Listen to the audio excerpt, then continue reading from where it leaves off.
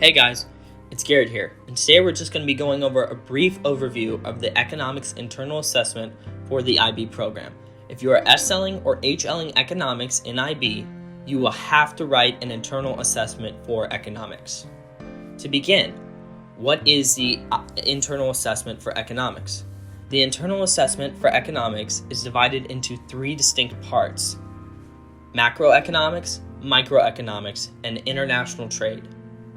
Your teacher will tell you when to do each of these three parts, and you will do these three parts separately so that it's not as much work all at once. So just listen to your teacher, and she will tell you when to do each section of the IA.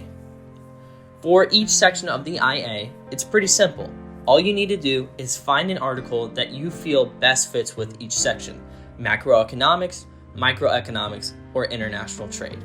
Then, once you've found the article, you will need to write a 650 word to 750 word commentary on the article that also includes graphs or diagrams.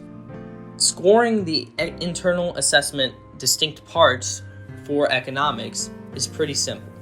All that's included in it is that you need to have defined economic terms. For instance, inflation. Inflation is a pretty important economic term that you might need to define.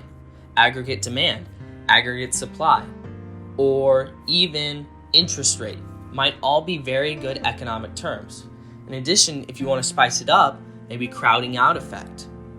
Those are all good terms to define in your economics IA. Furthermore, you will need to have a graph or diagram or multiple that help to further your commentary of the article. For instance, if it's about a big fiscal policy package, you might want to include an aggregate demand, aggregate supply graph to show how the fiscal policy will affect the graph and the economy as a whole.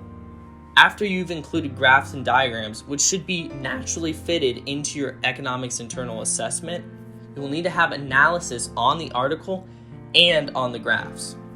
And obviously your graphs should function with your analysis, and they act as an aid to help the audience. Analysis can include certain economic principles and theories regarding the article. Analysis can also include what will happen as a result of consequences that the article has denoted. The main point is that your analysis needs to be done by yourself, and the article should just be a general list of points, and then you should analyze what those points mean economically, and then also show what those points mean economically with the graphs and diagrams. In addition, make sure your analysis is applicable to the article, because that is part of the rubric. So just make sure your analysis is well connected to the article. Furthermore, you need to evaluate your stances. This includes finding out which groups are hurt by the economic analysis and which groups benefit from the economic consequences. Also, what are the long run versus the short run effects? Those are some of my favorite points and themes to talk about when writing your evaluation of the article and in your commentary.